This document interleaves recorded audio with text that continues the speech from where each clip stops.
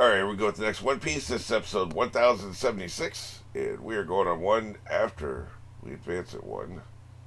You know what we are, and you know where we're going. 3, 2, 1.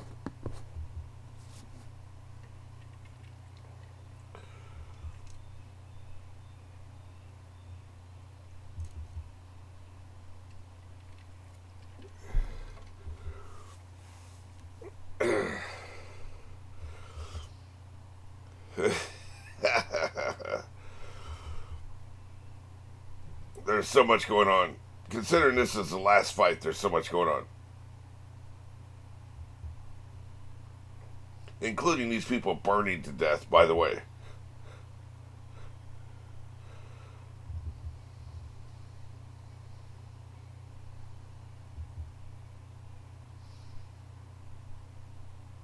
Get smoked.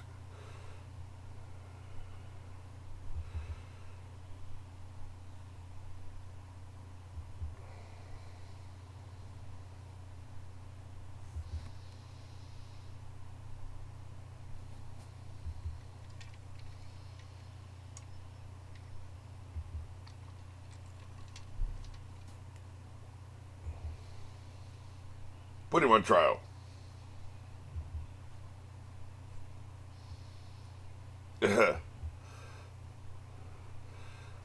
Only by war, huh?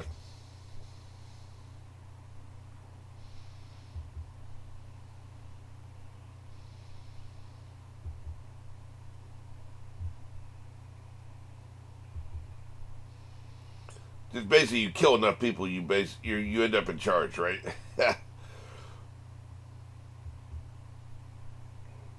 I like these shots of him young. He was strong as hell. Look at him.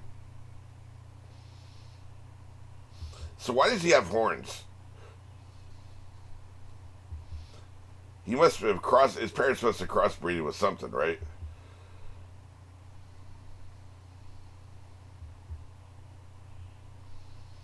Good. I like war. Vodka Kingdom, huh?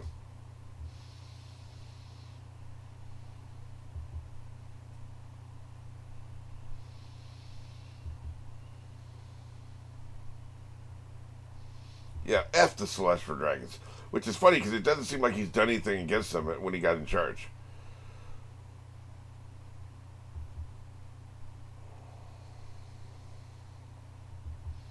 Yeah, he's pissed.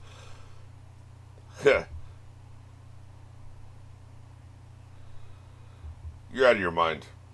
Although you won't be able to fight, I think.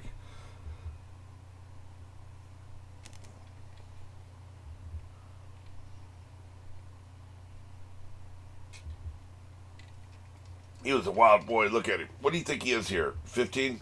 What is drafting age? 18?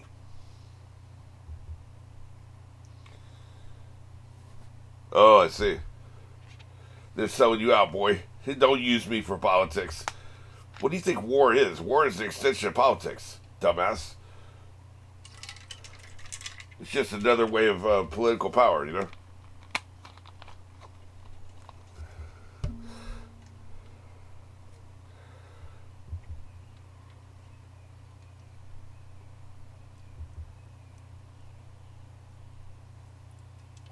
See, if he had a PlayStation when he was a kid, he wouldn't be the person he is because he would never been bored as a kid. No war is boring, except, man, this Fortnite's awesome.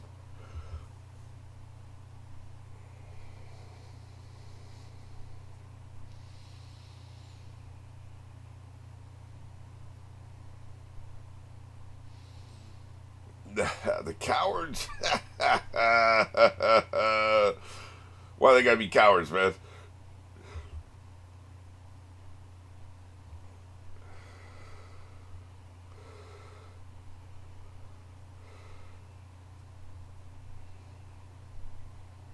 Thanks, man. I appreciate your feedback.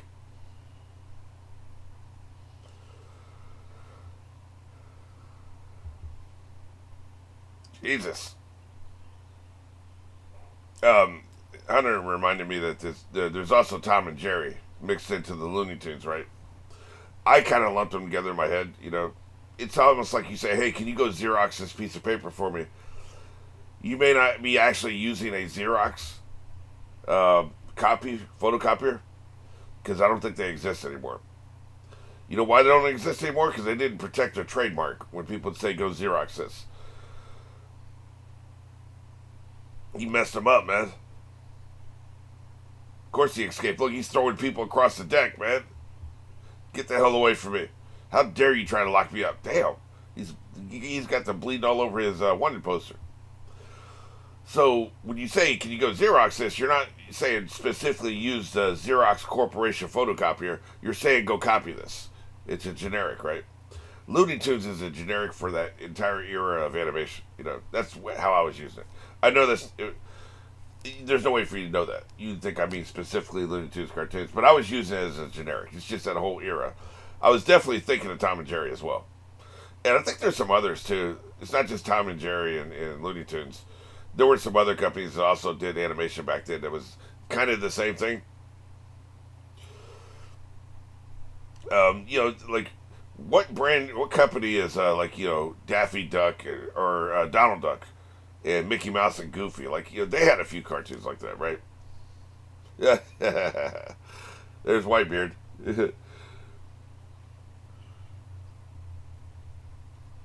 So it's 2 years later, huh? So he was 13 when he escaped? Jesus, he was a monster. Jesus. He always had the club. Hey, you shitty brat. I wonder how much older Whitebeard was than Kaido. Probably 5 years, I would think. He's probably like 20. For him to consider you a shitty brat, you'd have to be at least 20, maybe 25. Because he was old. I don't know that, because 46 years ago he's 13. That means he's 59 now, Kaido. Which means Whitebeard was in his late 60s, right? Probably.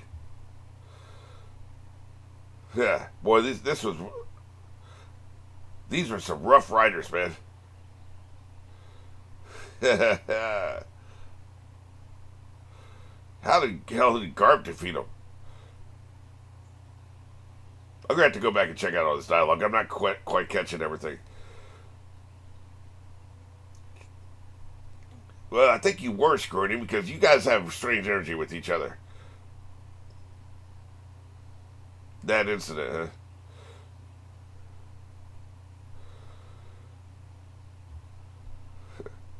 Nice headband.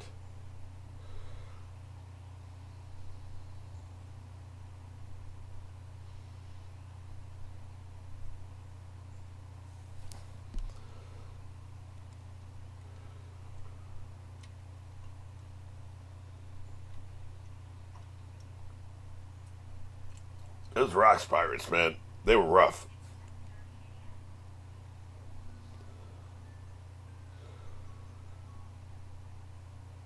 Of course, none of these people were as powerful as they would come to be, right? I don't think Big Mom was as powerful back then as she is now, and same with him and, whoever the others were.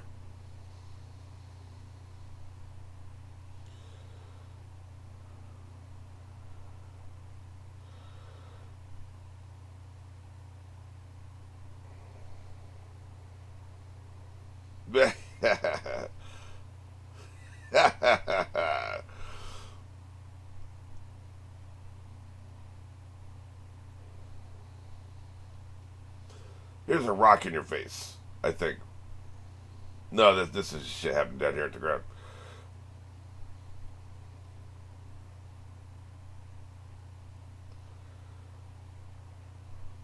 Yep. It's that word keeps going around, don't it? He's gonna come either way, man. Don't matter if you close the borders or not. Yeah.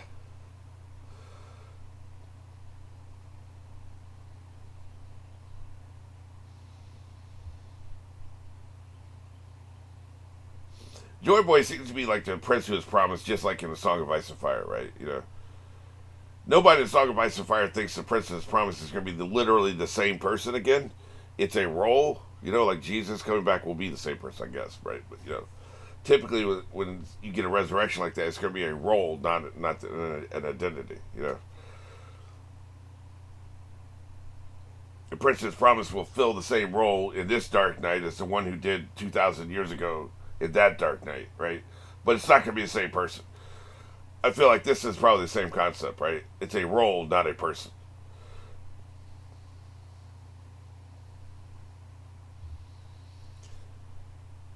We've been seeing rocks fall from this island for about 50 episodes.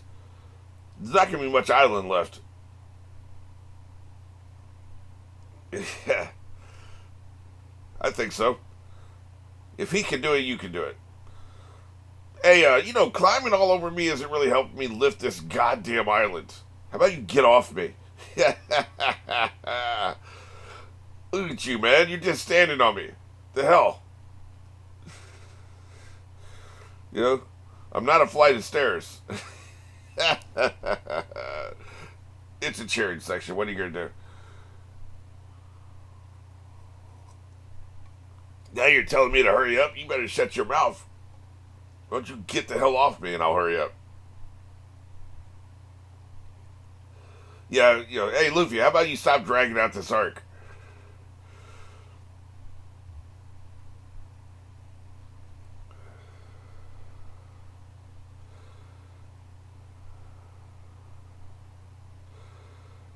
Yeah, that's what they all say.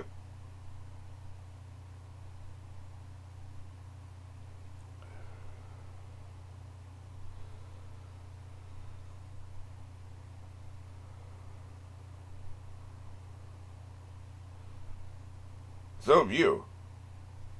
I mean, you screamed your face into a new shape, man. How often does that happen? Not very often.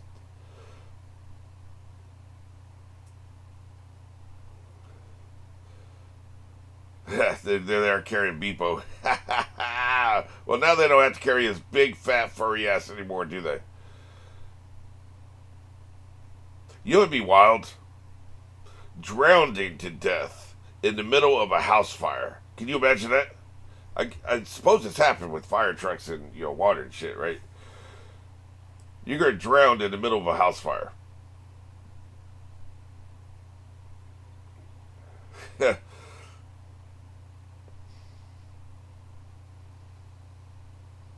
Hey, like I said, she's gonna drown.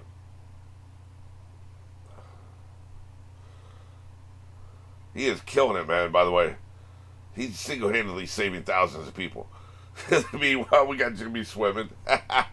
Why is that funny? He's swimming in the middle of a house fire. That's why it's funny.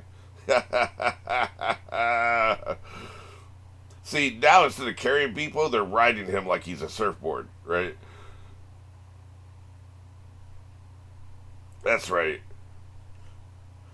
We'll save you until this whole thing crashes to the ground. Then we're dead anyway.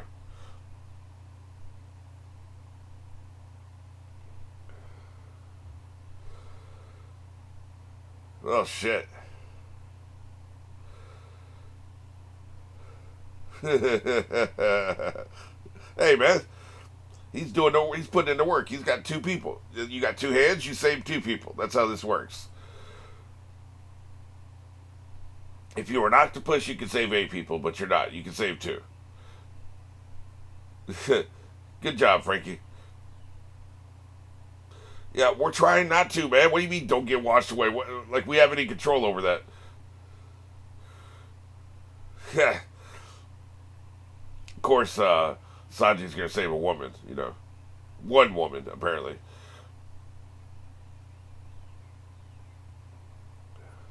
Yeah. Well, that's it. No more flame clouds. It's all to you. You see his eyes bugging out. Yep, you're screwed, buddy. Another thing funny about the whole Looney Tunes thing, right? They've done the eyes bugging out before just as a emotion. When the things were falling from Skypiea and Usopp saw the skeleton, his eyes bugged out. You could say That's just Loopy having a little bit of impact on people because he's going to eventually, at some point, be Joy Boy, right? I think it's more just they're just trying to show you the emotion. It's not. That's not physically happening to them at that time. Now it is. Now it's physically happening to him because he has that impact on him. Let's go, buddy. Let's go. You got this. She couldn't be more shocked. She, he, whatever, you know.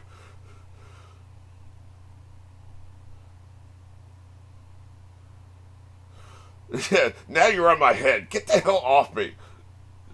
I'm not your pony. Tell you what, this is an amazing moment, man. He's lifting. You talk about Muhammad moving a mountain. This sumbitch is lifting an entire island with this young ass, right? That's impressive as hell.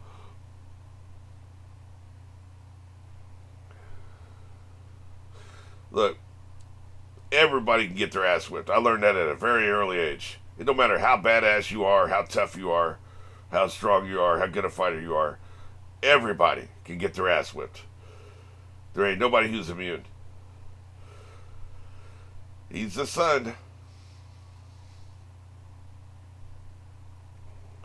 What the hell is the point of that? If you lose, you'll pay for it. Yeah, no shit. Well, I'm going to pay for it. Wait, maybe that was him saying it. It's hard to tell. I can't distinguish the Japanese voices from each other. I have a lot of trouble with that. I thought it was Captain Crunch was saying that, but it might have been Kaido.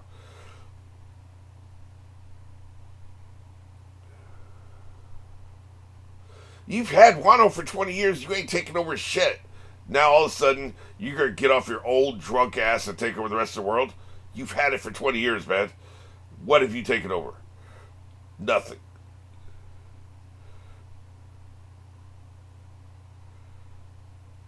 I agree. You can change the world, but you have to start with one person, you know?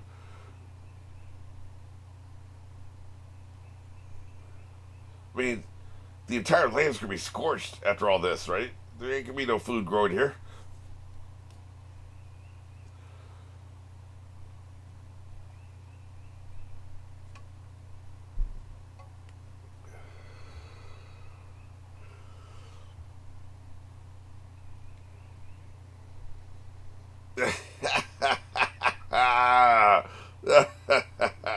His expressions crack me up, man.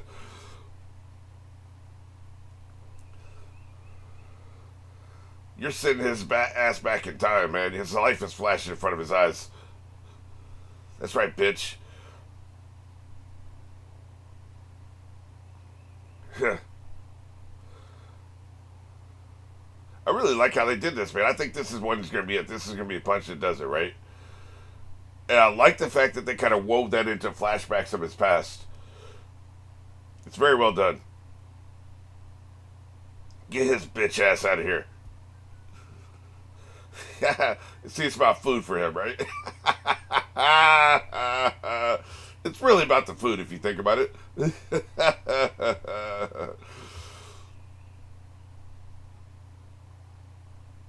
Yeah, that's right. It's about the past catching up with you, you know? What they're really saying visually here is his past is catching up with him. All his past sins, like Odin, for instance. If only he had taken over a different country. Why'd he have to be here? He has no allegiance to this place. He wasn't born here. He wasn't coming home to take over. Like, he picked this place. He could have picked any place.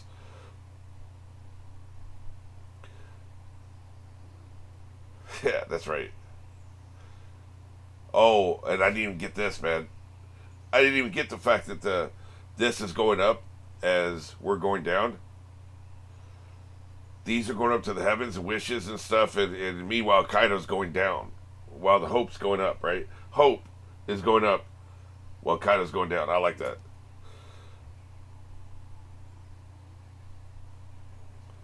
Now I'm going to sleep for a month.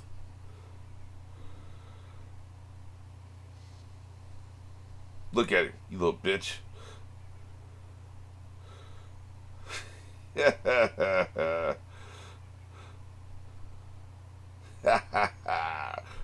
You can think all you want to. Did we get to the ground? Yeah, I think we did. Now he's gonna sleep for a month. Poor guy. This is great, man.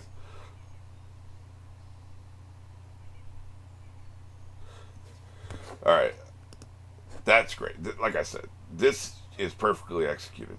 I mean, it would have been nice if it happened 50 episodes ago, because I thought I'd like celebrate like crazy when Kaidos actually gets defeated, but it it was stretched out so much that kind of dissipated the excitement, and they made it feel inevitable. Like a lot of times, like like when Big Mom, for instance, that came as a surprise to me for some reason. Like I was kind of shocked. This they did. This is why I say it was perfectly executed. It felt like could be no other result. It wasn't even about the fight, really. This was really about the fight. This episode where he loses isn't about the fight. There was fighting before that, but this episode where he loses isn't about the fight. It's about the inevitability of evil being defeated. It's about the inevitability of his arrogance being overwhelmed, his past coming back to haunt him and defeat him. His past sins. Like I said, now people have said like Wano has a special place in the world in the architecture of the mythology, right? Like you have to have Wano to get to One Piece, for instance. You have to come here and possess some part of it, like the Gold D. Roger had Odin with him. You have to have a part of Wano with you, symbolically at least, to get to One Piece.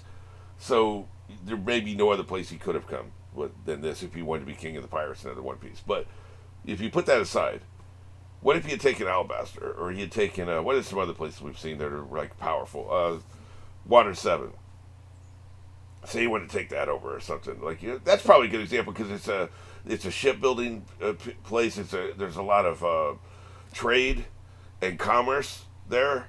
Like you could be economically powerful if you took over Water 7. So let's say he goes and takes over Water 7. There is no cohesion. Like it's almost like a transitory place. There's a bunch of people coming and going. It's not a cohesive location with a deep history and culture.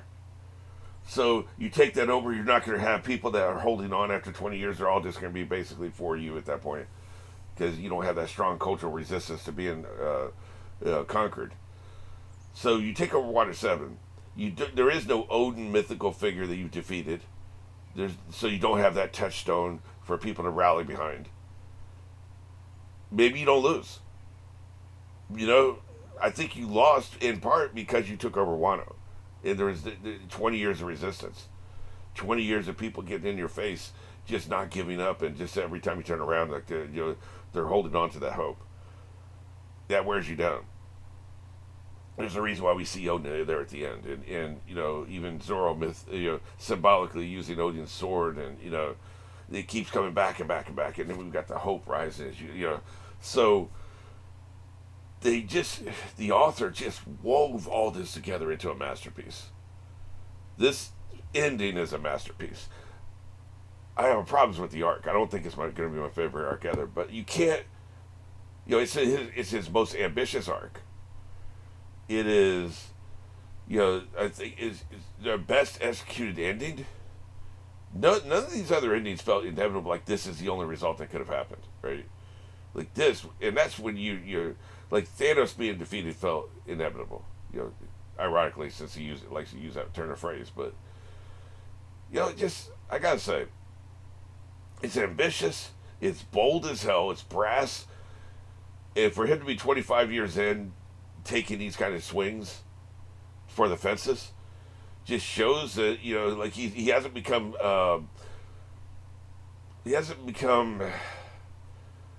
complacent, I guess we could say. Like some of these authors, like they become complacent in their later years. They were really bold and they took chances and they risked pissing off the audience and they risked losing the audience. And some of them just take swings and they don't care. Like we're going to take this shot, it'll work or it won't work, but we're going to take this shot, right? And so this is bold, it's adventurous. I think the ending's a masterpiece. Like I have problems with getting there, but the ending is a masterpiece. I want to go back and check out some of these lines from his past. First of all, the fact I guess he was 13 because they say 46 years ago. Now, first here he's 10, I think. Like, and he looks he looks 10. I've said this before. Anime when they age down faces cracks me up. There's something about them. Okay, this is what I am now. Look at me back here. Him being 10, he's actually kind of cute at 10, you know, before he gets the nasty beard. But always, even then, he looks like a psycho, you know, like that. This sumbitch here. Look at him. Look at this sumbitch. You know, still looks like a psycho. I think he's 10 here. So, but because when like they apparently sell him to the Navy, I think he was 13. Because they don't use an actual timestamp in here. They use that later.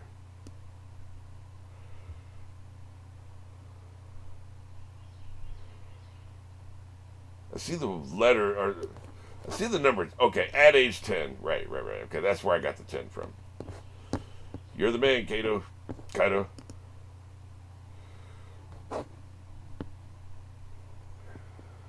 Yeah, he even had a tiny club back then. I didn't notice that the first time, I don't think. Even if he lives, the fact that his entire life he believed nobody could defeat him in battle and he's lost, what does that do to a person? Even if he somehow lives. You think you just slit his belly because that's kind of the theme of the culture here. If not, he'd just be a broken man. Like, you know, his entire life view and worldview has been shattered in one incident. Vodka Kingdom, 46 years ago. We must win and steal money to pay for heavenly tribute. Okay. That's why they were going out and pillaging and shit. Because each country has to pay the heavenly tribute. Okay, I got you. Otherwise, we'll lose our rights in the world. So, you don't... Okay, so if you don't pay the heavenly tribute, you don't get, like, you know, destroyed. That's what I thought was good. You just don't... You're not allowed to participate in the revelry. Okay.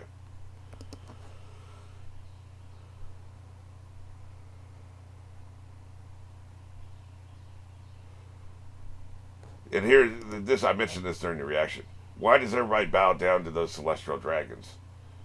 Well, but you... Okay, I guess you could say... Taking over Wano, not paying tribute, closing the borders, basically telling the entire rest of the world to kiss your ass, is not bowing down to Celestials. Okay, so you didn't bow down to Celestials. That's what you're really saying. I kind of took it as, well, then I'm going to go destroy them. How dare they even ask me to bow down? If they ask me to bow down, I'll go over there and kick their asses. Don't you think it's kind of interesting? He never did that. He never went after him. Here he is, saying, nobody in the world can defeat me. But I'm not going to mess with these guys over here. Like these 5 elders with their CP whatever, soldiers, and secret organizations. I'm not going to mess with them. Why? You're awesome. Nobody can beat you. Nobody can beat you. Then who would you not attack? The celestial dragons have the greatest treasure, don't they? They're assholes. They tried to lock you up when you were 13, and everybody in the world's scared of them. Well, if everybody in the world's scared of them and you can't be beaten, then can't you show the world something by defeating them? You know what I mean? It's kind of interesting here. I think in the back of his mind, he knew he couldn't beat them. Like, he knew that they had something for his ass. If Luffy can beat his ass, I bet at least one or all of those 5 elders can beat his ass. You know, we don't know. I don't know if they can even fight. They may just be bureaucrats for all we know. You know, they're huge, they're large, but that doesn't necessarily mean anything. But I think they do. I think they could fight. And I think if you look at the psychology, there's a reason why he never went after him. I think in the back of his mind, he would never admit this out loud to you. If you mention it to him, he would crush you. But in the back of his mind, he knew there was at least a chance that he would lose. And he didn't want to take that chance. Because why not go after him otherwise? Now, here, I took this to mean I'm going to destroy them one day. Really, that's not what that means. It just means I'm not going to do what they ask. I'm not going to pay them tribute. That's really what he's saying here. So there's wiggle room. I'm just asking a larger question. They're here. You're unbeatable. Why don't you ever go after them? Don't you want to climb Mount Everest? You're going to climb every mountain in the world except for Mount Everest. Why? Because Mount Everest is the one that has all the frozen bodies around. Nobody ever brings the bodies back down. Is that why? Are you scared? I don't know. I mean, why did you climb Mount Everest? Also, here's another question. He grew up here, Vodka Kingdom. Sounds, I don't really like vodka, but still sounds delicious. He grew up here. The king mistreated him. The people didn't respect him. They sold him out, they betrayed him. Why don't you come back here and make your kingdom? Why'd you go to Wano? Something pulled him to Wano. You know, and I think it was just the fact that you have to have Wano if you're going to become the king of the pirates, which he seems to want to do. He wants to become king of the pirates. He's 59. What are you waiting for? But, you know, I don't know.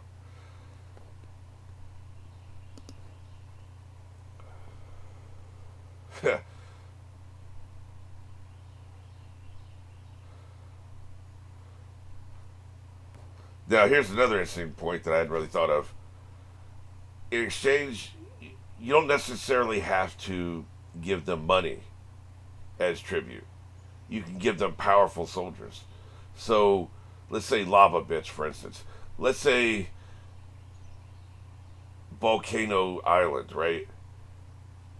Lava Bitch grew up in Volcano Island. Now, I know he has a fruit power. It's not like he grew up with. I'm just. Go with me here. I don't know where he comes from. So, let's say he grew up in Volcano Island. And they want to stay part of the reverie. And they don't have enough money to pay the Celestial Dragons. Can they offer Lava Bitch up? Hey, if he goes and joins your navy, does that count as tribute for the next 10 years? And they see how powerful he is. Like, oh, hell yeah, man. Yeah, let's do this. That seems to be what they're saying here. And, you know, in that case, he would have been a willing participant, I assume. You know, he seems to be Navy man through and through. He's like, okay, yeah, look, it's a win-win situation for most people. This guy's an asshole. So it's not a win-win situation for him. Most people would be like, okay, look, I get to be part of the Navy. I get power. I get privilege. I can work my way up the ranks. I'm powerful, so I know I will. I'll eventually be in charge. I have a lot of power and be in charge of a lot of people.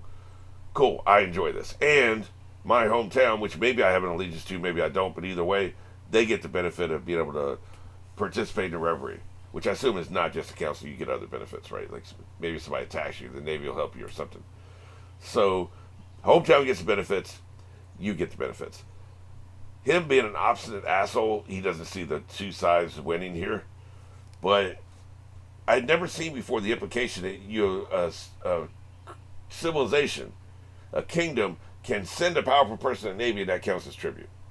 That's kind of interesting.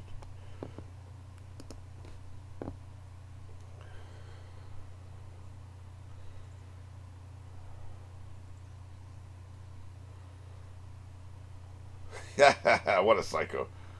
Who is this dude, by the way? Do we know him? I don't think we do, but he could be a younger version of somebody we know.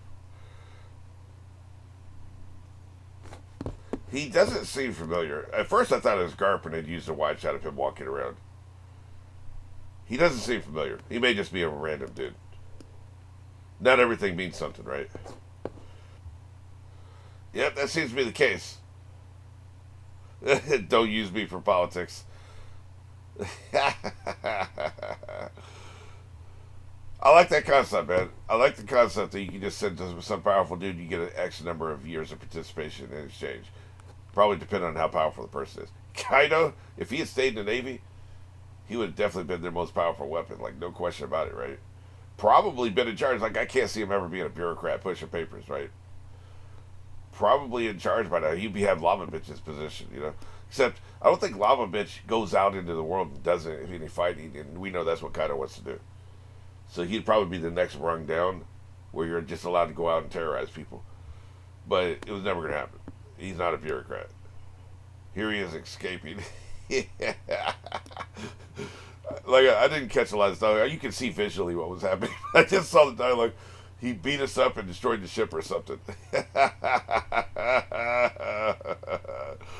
He tore Navy headquarters. Kaido escaped.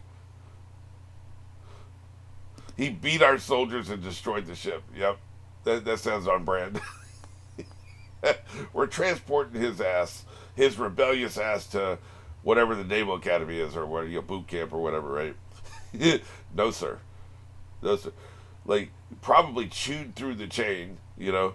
And next time they brought food, he just destroyed the door in front of the dude or some shit, right? Yep. Like he's gonna punch you, and it looks like he's gonna grab you as well. That's never good. Look at this. First he punches you. First he punches you, and then he grabs your ass. Oh boy, that's not good. You're about to go over the side, buddy. Yeah, get you. Oh no, he used you as a weapon. He by one shoulder, he swung you around and took out 3 other dudes, man. Yeah, dude, that's embarrassing. You can't go back to Navy school after that, man. Like you got to retire and become a farmer or something. Like you can't be used as a weapon against your shipmates. I repeat, Kaido escaped. Many are seriously wounded. I'm surprised they're not all dead. So, are we saying that right after he escaped, he was 70 million berries? Right after he escaped, 13 years old, I think they said. Yeah, this all happened when he was 13, right? Yeah.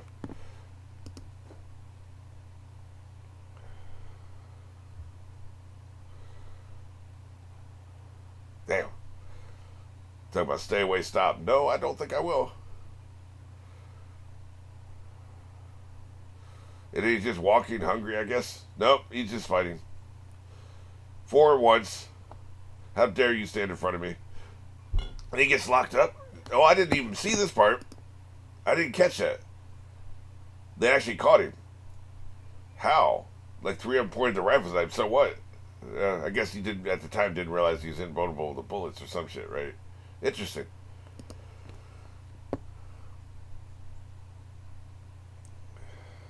Back on a prison ship, which gets attacked probably by.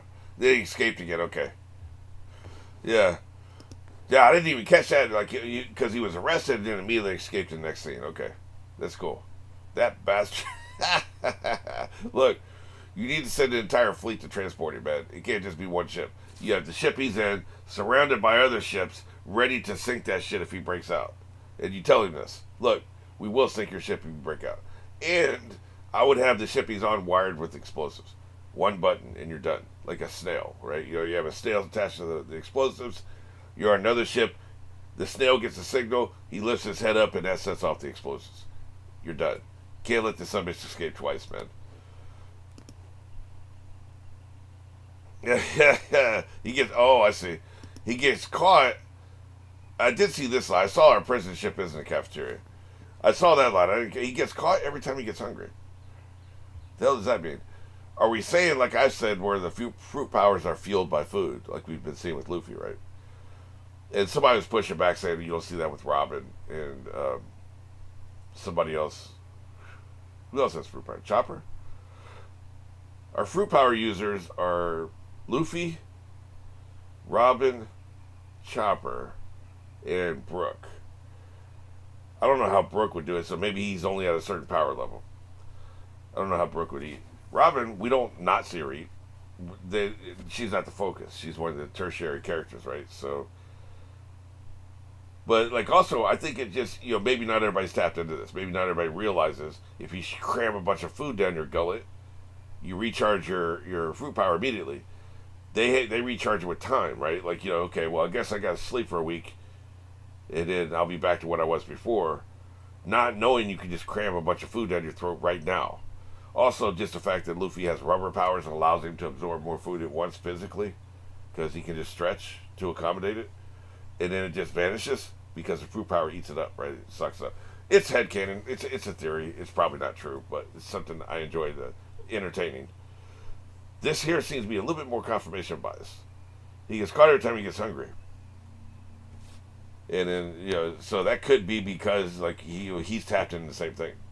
Maybe for him, even, it could be the alcohol, right? It's just something organic that has a lot of energy, because alcohol has energy in it, right? Has a lot of energy that you can immediately convert into, because it's like even Kaido had been doing a lot of fighting tonight with his son and everything. Drank some more. Maybe he doesn't even know that refuels him. But maybe like food or alcohol can recharge the fruit power. And you can keep going, right? It's possible. It's possible. Our prison ship isn't a cafeteria. Yeah. Yeah, don't be laughing at me, bitch. Yeah.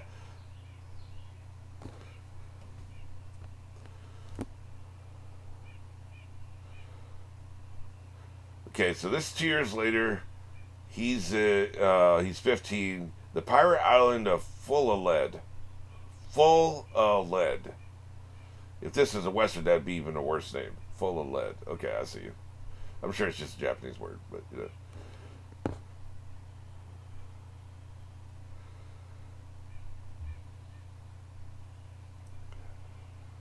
That's ridiculous. Well, then go over there and fight him then if you think so. Hey, you shitty brat. So, Whitebeard, it was Whitebeard. He was the one I couldn't think of earlier. It was Whitebeard, Big Mom, and Kaido on the same team. I keep forgetting the details, so I had to look it up just now.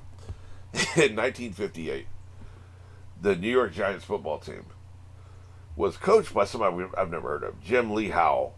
He was the head coach, right? Vince Lombardi was the offensive coordinator, and Tom Landry was the defensive coordinator. Vince effing Lombardi and Tom effing Landry were the offensive and defensive coordinators. If you don't know football, two of the greatest head coaches in NFL history. The greatest. And they were the offensive and defensive coordinator. They were a rung below the head, you know, and that's what this always reminds me of. You've got Big Mom, Kaido, and Whitebeard as your coordinators, as your minions. Who the hell was the captain? It's been mentioned before. I don't remember the name of the captain. Was it Rock Lee or something? Rock? Because they were the Rock Lee Pirates or something, weren't they? They'll say here. But, yeah, because I think they mentioned the name of the Pirates. But whoever that captain was may not have necessarily been awesome. He might have just been lucky because Jim Lee Howe, who's heard of that subbitch? Nobody. Nobody has heard of him. So maybe he isn't awesome. You know, it's not like George Halas was the head coach and because he was so awesome that these people were his minions. So maybe this captain just was lucky, right? And in his, maybe that's why he got defeated by Garp. It sounds like Garp defeated him, and the rest scattered. It's hard to believe Garp defeating any one of these three people, right? Especially Kaido, but any of the three by himself. Right, so, but Garp, I mean, he must be really awesome. Like, we've not really seen him fight very much, but, like, he must have been a very good fighter. Do we know if he has a fruit power? It doesn't seem like he does. I don't know. Rocks. So it's just rocks, okay.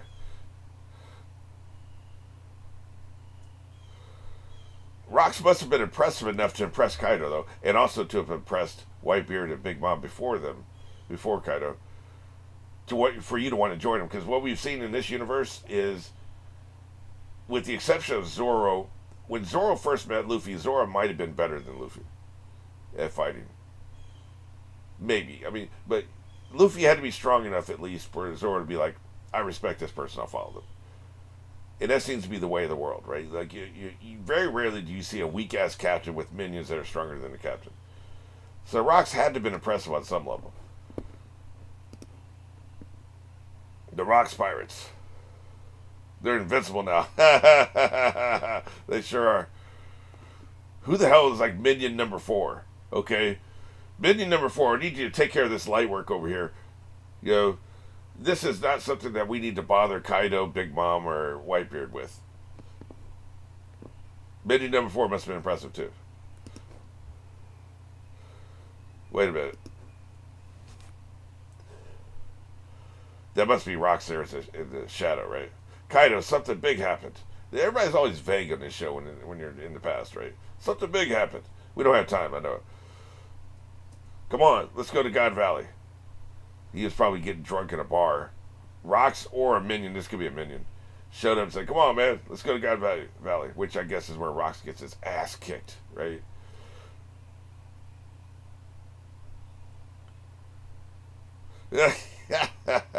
See, this is kind of what I was saying, right? Luffy wasn't around. Joy Boy wasn't around, so this is just metaphorical. This is metaphorical eyes bugging out. This is not actual eyes bugging out.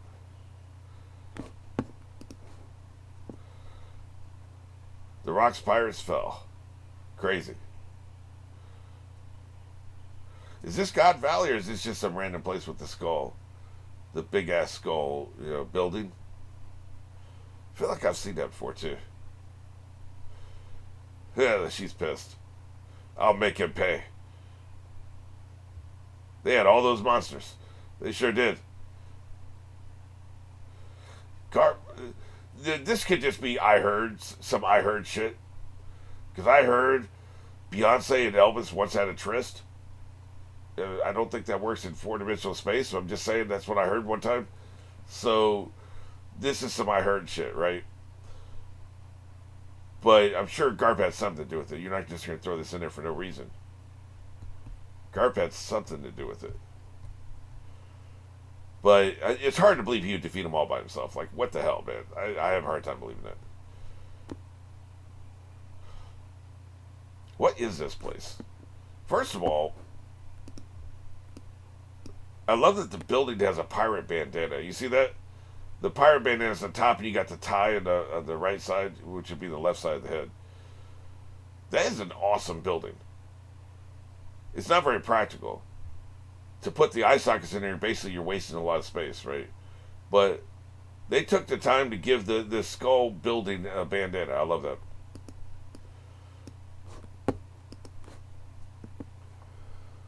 They must have had a falling out. They didn't know how to work as a team. Yeah, that's true. You can have a bunch of players like the Philadelphia Eagles once had a dream team where they signed a bunch of random, really good players, but they didn't work together as a team. So they got their asses kicked. I don't even think they made the playoffs. So you can have the best players, but not have the best team. That's a thing.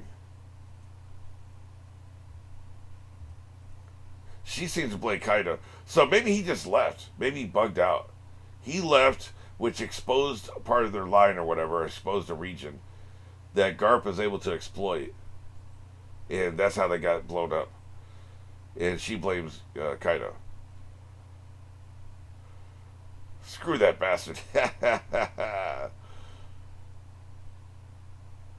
And then he went to Wano in Paris. It's been 10 years since that incident. So, the Rock Pirates blew up. We don't know how long he was with the Rock Pirates. We know he joined them 44 years ago. They may have stated in some other part of the story 500 episodes ago when the Rock Pirates broke up, disbanded.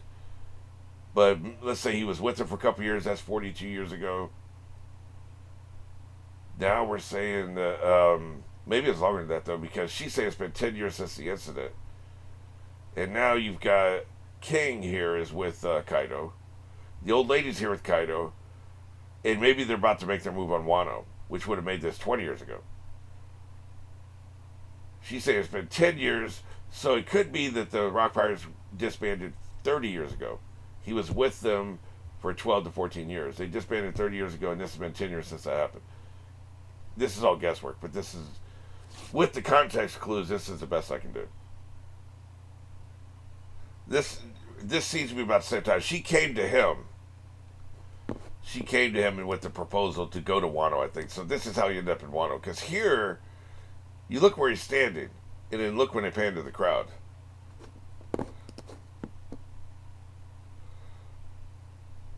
This is the performance hall. So he is on his island. His island that he can move, by the way. So who knows where this island was originally? But she comes to him, and she has a proposal for him. And then he's announcing to his people this is what they're going to do. They're in the performance hall. They're on the island. So he picked up the island and he moved it to Wano. Somewhere off the shore of Wano or something, right? Or in the middle. Wano's a group of islands. In the middle of Wano somewhere.